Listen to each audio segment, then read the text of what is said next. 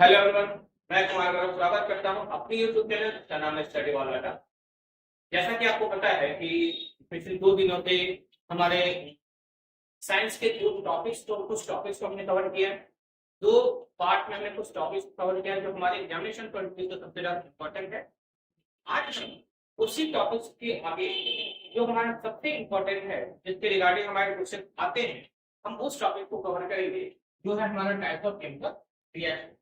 ठीक है, अब देखिए, अगर हम बोलते हैं पहला फर्स्ट केमिकल रिएक्शन है that is known as combination reaction. ठीक है, कॉम्बिनेशन रिएक्शन। ठीक है, जैसे कि आपको पता है कि या फिर अगर नहीं पता तो जान लीजिए, अगर साइंस में रूट वर्ड के बारे में पता है तो आपसे आपका कोई डिफिनेशन नहीं पूछ सकता, मतलब आपसे आपका डिफिनेशन कोई छीन नहीं सकता।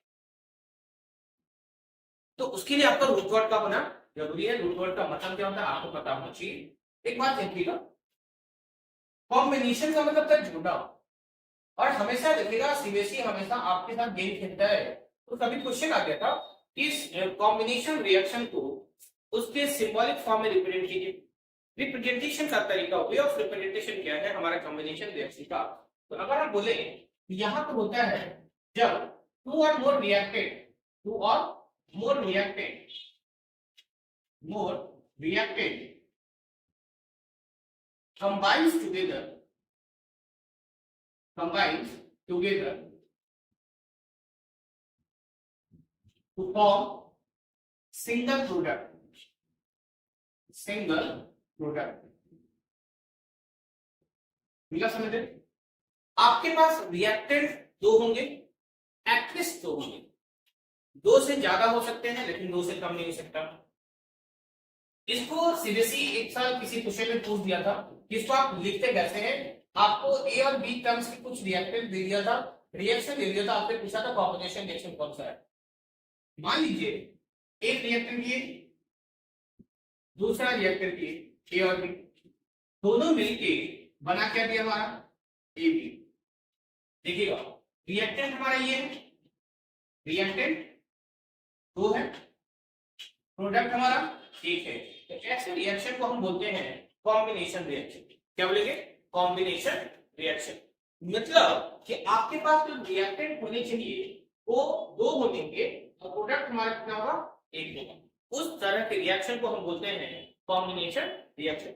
अगर नॉर्मल सी बात है, अगर हम बात कर ले कि सर कॉम्बिनेशन कैसे पहचानेंगे, हमारा पहचानने का तरीका ये, रिएक्टेंट दो प्रोडक्ट एक। जैसे देखिएगा भाई, C+O2 क्या बनाएगा? CO2। मान लीजिए हमारे पास एक हैबर्स प्रोसेस है, हैबर्स प्रोसेस जिसमें हम अमोनिया का फॉर्मेशन कराते हैं, जिसमें हम अमोनिया का फॉर्मेशन कराते हैं। नाइट्रोजन प्लस हाइड्रोजन क्या बना रहा है सर? अमोनिया। इस रिएक्शन को हम बोलते हैं हैबर्स प्रोसेस। क्या बोलेंगे? Haber's process. अब देखते हैं, दो रिएक्टेंट एक प्रोडक्ट, दो रिएक्टेंट एक प्रोडक्ट, दो रिएक्टेंट एक प्रोडक्ट, ऐसे प्रोसेस को हम बोलते हैं। देखिएगा, ये कौन सा रिएक्शन क्या? Combination reaction. तो इसी तरह से हमारे ढेर सारे रिएक्शन है। मान लिए जाए अब क्वेश्चन आ जाता है कि आप जब कार्बन डाइऑक्साइड को लाइम वाटर से पास कराएंगे क्या बन जाएगा? क्वेश्चन सुनिएगा, लाइम वाटर से पास कराएंगे तो अगर मान लिया जाए कैल्शियम हाइड्रोक्साइड प्लस CO2 क्या बना देगा? Calcium carbonate. कैसा बनाता है? Calcium carbonate. और ये सर व्हाइट टिकटी बना देता है। क्या बना देगा? व्हाइट टिकटी। बताओ, रिएक्टेंट दो प्रोडक्ट हमारा हो गया ठीक। तो ऐसे सारे रिएक्शन हमारे पास आते रहते हैं जिसको हम बोलते हैं कॉम्बिनेशन रिएक्शन। अगला है, नेक्स्ट हमारा है डिकम्पोजिशन रिएक्शन। नाम से स्पष्ट होगा, डिकम्पोज का मतलब होता है टूटना। डिकम्पोज का मतलब होता है टूटना। और डिकम्पोज करना, इसका मतलब टूटेगा वही जो पहले से जुड़ा हो, जो टूटेगा वही जो पहले से जुड़ा होगा। मतलब एक किताब है कि अगर आप नॉर्मल फिजिकल प्रैक्टिकल लाइफ में देखिए ना, एक परिवार बाद में टूट के अलग अलग हो जाते हैं। ये बात एक घर में आपके पापा पांच भाई, पांचों अपनी अपनी फैमिली बनाते हैं, धीरे धीरे अपनी अलग अलग हो जाते हैं। मतलब पहले एक फैमिली बाद में अलग अलग होती है। ऐसे रिएक्शन को हम बोलेंगे क्या? Decomposition reaction. अरे क्या बोलेंगे? डिकम्पोजिशन। ठीक है,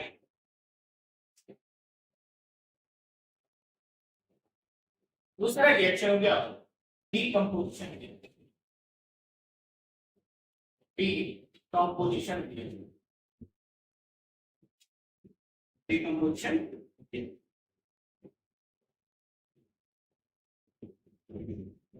डिकम्पोज का मतलब टूटना, ये मैंने बताया। मतलब एक रिएक्टेंट होगा, कम से कम दो प्रोडक्ट, कम से कम दो प्रोडक्ट होंगे, इससे कम नहीं हो सकता। खाली खाली बंटवारा हो गया, पहले अलग होते आर होते थे, बाद में दोनों अलग अलग हो जाते हैं, तो उसको कहते हैं डीकंपोजिशन। ठीक है, आइए पहले एक ही बेड पे, एक ही बिस्तर पे, एक ही कपड़े पहनते थे, बाद में जब से इसकी शादी हो गई तब अलग अलग सेटलमेंट है, हमको प्राइवेसी। वो जैसी प्राइवेसी आती है, धीरे धीरे प्राइवेसी के चक्कर में हम डिकम्पोज होते हैं, उस रिएक्शन को बोलते हैं क्या, डिकम्पोजिशन में। जैसे देखिएगा, एक रिएक्टेंट टूट के दो प्रोडक्ट में बना देगा, क्या बना देगा, दो प्रोडक्ट बना देगा। एक रिएक्टेंट है, प्रोडक्ट हमारा दो बन गया, दो से तीन भी बन सकता है, तीन से चार भी बन सकता है, मैटर। अब देखिएगा, जब भी टूट रहा है तो किसी एक्सटर्नल इफेक्ट की वजह से, एक्सटर्नल फैक्टर की वजह से। आप सोचिए कैसे, एक्सटर्नल फैक्टर हमारा कुछ भी हो सकता है, anything factor, anything is possible for as an external factor, external element.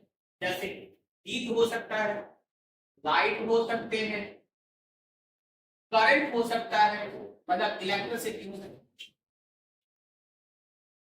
कहते हैं ना कि जब आप कुछ पर टूटता है ना, तो टूटने के पीछे किसी तीसरे का हाथ होता है। वैसे ही यहां जब रिएक्शन टूट रहा है, इसमें तीसरे का हाथ होना कंपलसरी है। भले उसको उससे कोई फायदा हो ना हो, मैटर नहीं करता, लेकिन तीसरे का इन्वॉल्वमेंट, बिना तीसरे के इन्वॉल्वमेंट को कभी कोई टूट नहीं सकता। यहां पे वही डीकंपोजिशन रिएक्शन, जब आप एक रिएक्टेंट दो प्रोडक्ट में टूट रहा है, तो टूटने के लिए उसको एक एक्सटर्नल की जरूरत होगी। वो एक्सटर्नल कहलाएगा हमारा, चाहे वो हीट हो सकता है, चाहे हमारा लाइट हो सकता है, चाहे हमारा वो करंट।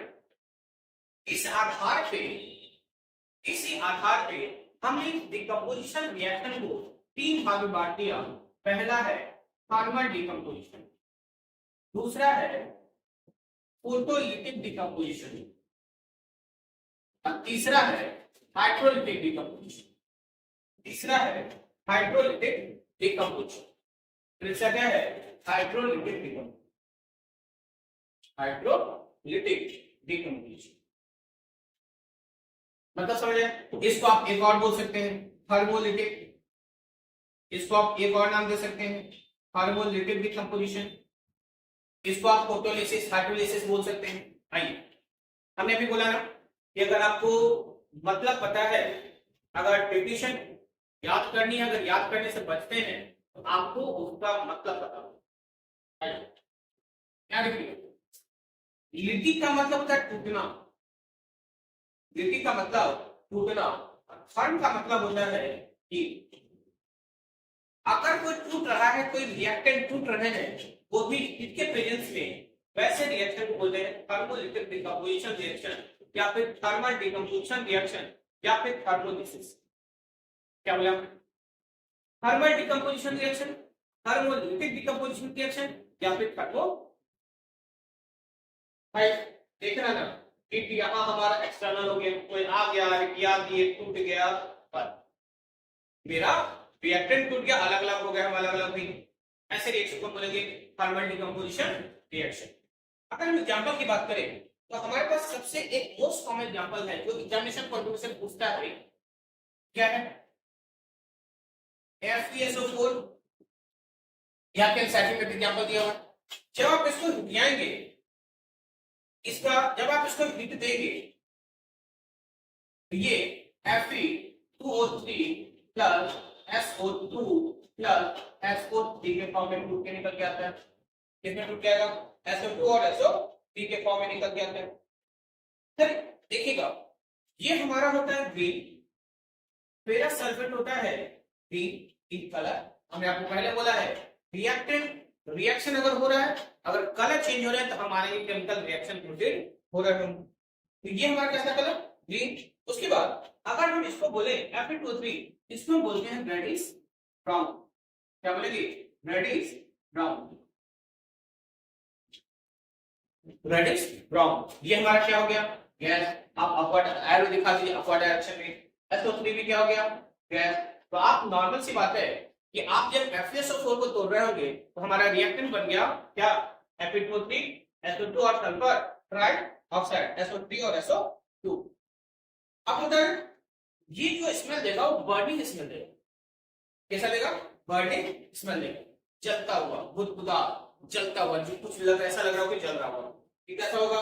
टेस्ट स्मेल देगा, smell of burning sulphur, smell of burning sulphur. ऐसा लगेगा कि सल्फर वहां पे जल रहा है। क्वेश्चन आ जाते हैं, एक ऐसा रिएक्टेंट है, एक कंपाउंड X है जिसको हम जला रहे हैं, तो वो हमारा एक ग्रीनिश कंपाउंड है, ग्रीनिश कंपाउंड है आयरन का, वो आपको खुद के बर्निंग स्मेल दे रहा है। वो रिएक्शन क्या होगा? ग्रीन कंपाउंड आयरन का FeSO4 फिर आएंगे, तब बनेगा Fe2O3 SO2 और SO3। देखिएगा, हमेशा याद रखिएगा कि अगर जैसे हम रिएक्शन को इंफॉर्मेटिव बनाने के लिए उसका स्टेप लिखते हैं, जैसे हम रिएक्शन हो रहा है ये कैसे पता चलेगा? उसके कैरेक्टरिस्टिक फीचर से। वैसे ही हर एक रिएक्शन हमारा इंफॉर्मेटिव होना चाहिए। हर एक रिएक्शन कैसा होना चाहिए? इंफॉर्मेटिव होना चाहिए। अरे हाँ, हर एक रिएक्शन इंफॉर्मेटिव, बिना इंफॉर्मेशन के नहीं आ सकते। अगर आप इंफॉर्मेशन लेंगे, भाई सीधी सी बात है ना कि आपको प्रॉपर इंफॉर्मेशन मिलेगा तभी आप कुछ कर पाएंगे, तभी आप आगे प्रोसीड कर पाएंगे। नहीं तो हम आधा अधूरा बता दे भाई चलो ठीक है हम 10 किलोमीटर जाना है, 5 इधर इसमें नॉर्थ साउथ नहीं बताया, मतलब क्या आप प्रॉपर तरीके से सही तो पहुंच पाएंगे? एकदम नहीं। तो आपको पता होना चाहिए कि आप जब रिएक्शन लिख रहे हैं तो उसका इंफॉर्मेशन किस स्टेज में है आपको लिखना कंपलसरी है। अगर नहीं लिखते ना, चांसेस होते हैं कि आपका नंबर कटे। क्या होते हैं? नंबर कटने के चांसेस होते हैं। ठीक है, चलिए दूसरा है फोटोलिटिक डिकम्पोजिशन। फोटोलिटिक डिकम्पोजिशन या फिर इसे हम बोलते हैं फोटोलिसिस।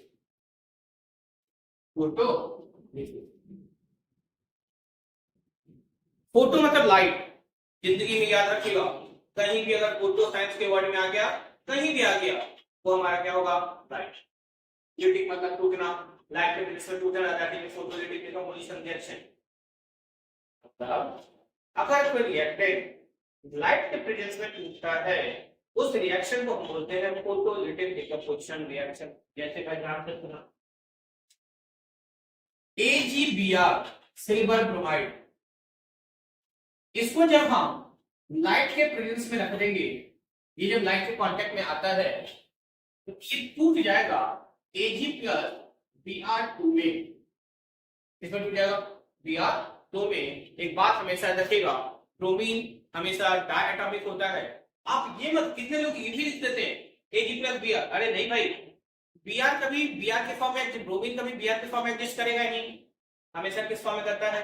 जैसे क्लोरीन गैस Cl2 के फॉर्म में, हाइड्रोजन गैस H2 के फॉर्म में, ऑक्सीजन गैस O2 के फॉर्म में, वैसे ही हमारा ब्रोमीन गैस Br2 के फॉर्म में, मतलब डायटोमिक होते हैं। ठीक होगा? डायटोमिक। आपको बता दूं, ये हमारा सिल्वर ब्रोमाइड, इसका हम यूज व्हाइट फोटोग्राफी में करते हैं। कहां करेंगे? व्हाइट फोटोग्राफी में करते हैं। कहां यूज करेंगे? व्हाइट फोटोग्राफी में करते हैं। अगर व्हाइट फोटोग्राफी में ना करें तो ठीक है, मत कीजिए आपका वाजी, लेकिन आपका कंपलसरी होता है कि आप व्हाइट इस AgBr की जो कोटिंग की जाती है वो हमेशा कहां यूज किया जाता है? व्हाइट फोटोग्राफी में। आपको बता दो, इसको लाइट के कांटेक्ट से हटाने के लिए हम एक बॉटल लाते हैं, डार्क कलर बॉटल होती है जिसको हम बोलते हैं, स्टोर किया जाता है एप्पल बॉटल में। नाम आता है, एग्जाम में आया हुआ है कि जो सिल्वर ब्रोमाइड है उसको हम किस बॉटल में स्टोर करते हैं, किस बॉटल में रखते हैं, वो होता है हमारा एम्बर बॉटल। तीसरा हमारा इलेक्ट्रोलिटिक डिकम्पोजिशन रिएक्शन। कौन सा रिएक्शन है? इलेक्ट्रोलिटिक या फिर इलेक्ट्रोलिसिस डिकम्पोजिशन रिएक्शन। इलेक्ट्रोलिसिस, अगर ये रिएक्शन इलेक्ट्रिसिटी के प्रेजेंस में, मतलब करंट के प्रेजेंस में हो रहा होगा, ऐसे रिएक्शन को हम बोलेंगे इलेक्ट्रोलिटिक डिकम्पोजिशन रिएक्शन। अरे क्या बोलेंगे? Electrolytic decomposition reaction. आराम से सुनिएगा। हम कहते हैं कि सर एक बार रिएक्टेंट टूट गया, बन जाए तो टूटने के चांसेस कम होते हैं। तो भाई नया सब्सट्रेट बन गया, लेकिन नहीं, कुछ ऐसे रिएक्शन है जहां पे वो टूटने के चांसेस होते हैं अगर आप उसको एक्सटर्नल इफेक्ट, एक्सटर्नल फैक्टर आप देते हैं। आई जैसे H2O, तो जब इसका हम इलेक्ट्रोलिसिस करवाएंगे, क्या करेंगे, इलेक्ट्रोलिसिस करवाएंगे, वो हमको H2 प्लस O2 दे देगा। क्या देगा, H2 प्लस O2 दे देगा। सीधी सी बात है, पक्का। आपको बता दूं H2 हाइड्रोजन पॉजिटिव चार्ज होता है जबकि ऑक्सीजन नेगेटिव चार्ज होगा। ये कंटेनर में करते हैं, इलेक्ट्रोड होता है, इलेक्ट्रोलाइट हम लेते हैं, वगैरह वगैरह, अलग की बात होती है। लेकिन जब आप हाइड्रोजन को, वाटर को तोड़ते हैं इलेक्ट्रिसिटी के प्रेजेंस में, तो हमको देगा H2 और O2। क्वेश्चन आता है, ध्यान से सुनना भाई कि सर क्या कि ये जो वाटर अगर बैलेंसिंग करो तो क्या है, ये दो हमेशा देखिएगा हाइड्रोजन ऑक्सीजन का रेशियो हमेशा 2:1 में आएगा, 2:1 में आएगा। मतलब अगर टूट रहा है तो हमेशा 2:1 के रेशियो में आएगा। हमेशा ऑक्सीजन का डबल क्या होगा, हाइड्रोजन होगा। इसका मतलब जानते क्या है कि अगर वाटर को बनाना है 2 molecule of hydrogen gas, 1 molecule of oxygen gas है, इसी रेशियो को, इसी रिप्रेजेंट करने के तरीके को रेशियो के फॉर्म में लिखते हैं। ठीक है, तो ये हमारा हुआ डिकम्पोजिशन रिएक्शन, हमने आज पढ़ा कॉम्बिनेशन रिएक्शन। इसी को हम आगे पढ़ेंगे डिस्प्लेसमेंट, डबल डिस्प्लेसमेंट और रिडॉक्स रिएक्शन। मेन रिएक्शन हमारा यही है, क्वेश्चन हमारे पास ये था, लेकिन हमारे पास थोड़े बहुत और रिएक्शन है। हम अभी डिकम्पोजिशन को फिर से एक्सप्लेन करेंगे। फिर से एक्सप्लेन करने का मतलब कुछ पार्ट हमारे पास जो फैक्चुअल डाटा है, जैसे हम रेस्पिरेशन को हम कैटालिटिक या फिर डिकम्पोजिशन क्यों मानते हैं।